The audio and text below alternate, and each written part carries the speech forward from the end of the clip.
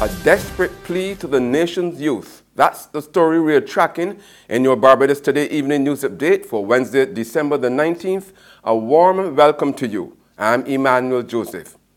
Put down the guns. Today, Youth and Community Minister Adrian Ford pleaded with the nation's young people to end violence.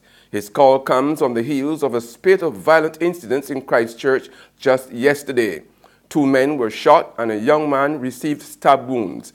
Ford told a showcase of the digital media film program this evening an end to violence would be a perfect Christmas gift for Barbados, and he says his ministry has something to offer in exchange. My simple wish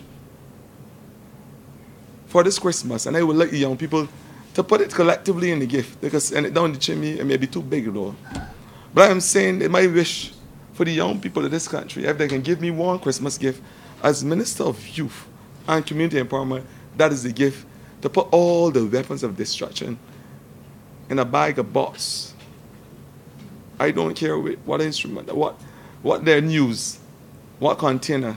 Put all those weapons and put them away and bury them. That is my one Christmas gift. And I hope that the young people can deliver this gift for not only me, but the entire Barbados. And in return, we are going to give them a gift too. We are going to give them the tools of empowerment, and that's what this ministry is giving. Our Christmas gift to the young people of this country is the tools of empowerment. Police have identified the man whose body was found at the entrance of a bushy tract at Paradise Heights, St. Michael, yesterday evening. He is Tyrone Austin, 68, of Freehill, Black Rock, St. Michael. Lawmen are asking anyone with information that can assist with these investigations to contact the District A Police Station at 430-7270 or 430-7223 or Police Emergency at 211, Crime Stoppers at 1-800-8477 or the nearest police station. In other news now, the Barbados Water Authority is ready and able to efficiently maintain the community water tank project. This assurance today came from Chairman of the BWA, Leodine Worrell, who made it clear this morning that recent donations of water tanks from corporate Barbados will be set up and properly maintained in-house. Her comments come on the heels of an impasse between the authority and Initech Services Limited after the equipment rental company removed the tanks leased to the state-owned water company over mounting debt.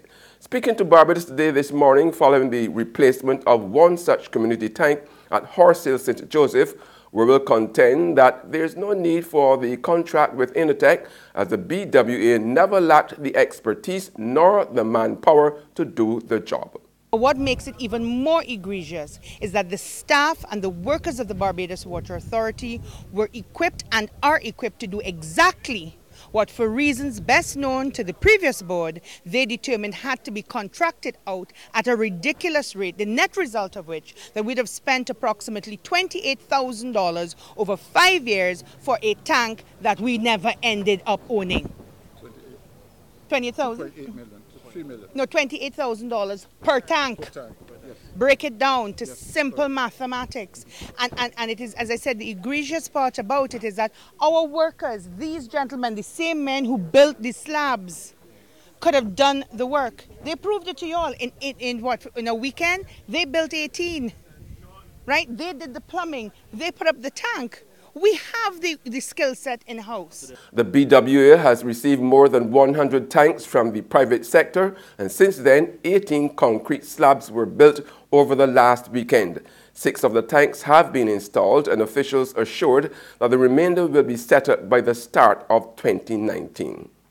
The country's newest Senator, Reverend John Rogers, took his seat in the upper chamber today. Rogers, who was sworn in last week as an independent senator, expressed his gratitude to Governor-General Dame Sandra Mason for his appointment and praised his family, friends and well-wishers for their support. He welcomed the opportunity to serve at the time when the country is facing several challenges. I believe that you honorable members, like so many in our nation at this time, would be well aware of the grave circumstances that confront us. Of course, save the fortunate few, whose financial positions afford them the luxury of oblivion. I come here cognizant of the realities that are before us and the dangers that confront our society at this point in time, given our economic situation, spin-offs of which can be detrimental socially, morally, and otherwise. A government minister fears the country's welfare services will come under immense pressure in the new year when the impact of the recent public sector job cuts set in.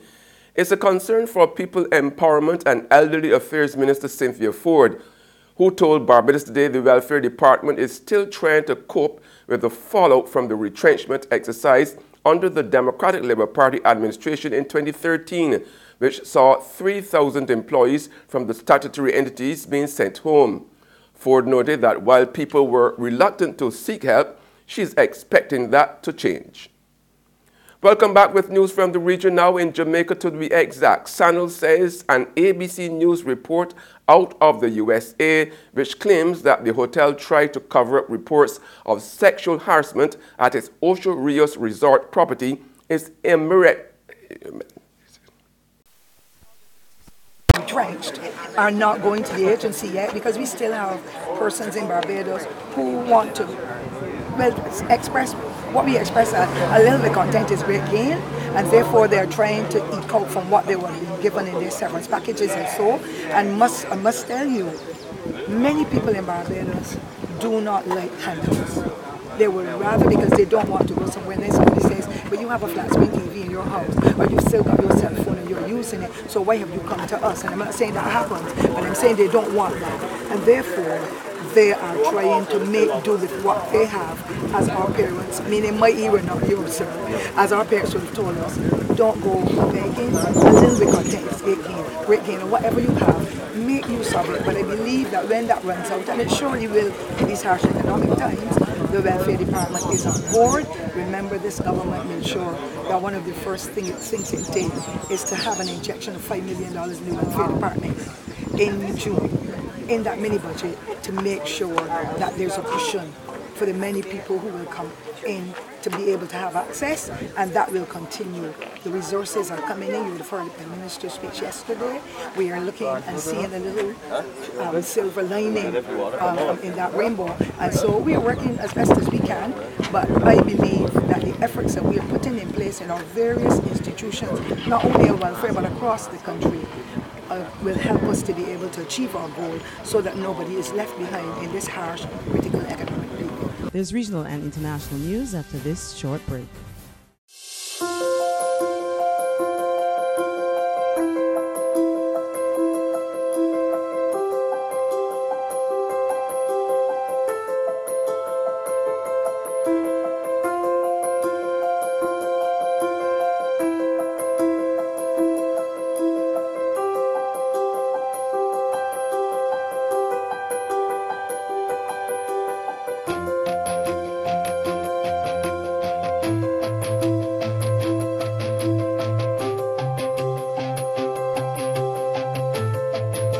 Barbados Today, news you can trust. Welcome back with news from the region now. In Jamaica, Sandal says an ABC News report out of the United States of America which claims that the hotel tried to cover up reports of sexual harassment at its Ocho Rios resort property is a misrepresentation of the facts. More in this report from Television Jamaica. Sandals, through a press release, says yesterday's report on ABC's Good Morning America about the allegation of sexual assault of a guest at its Ocho Rios property is misleading because ABC left out details about the case. Details which the release says Sandals won't mention because of pending litigation. The release says there are several missing pieces of information from Melissa Blayton's story, the guest who claimed she was sexually harassed last year at its Ocho Rios property.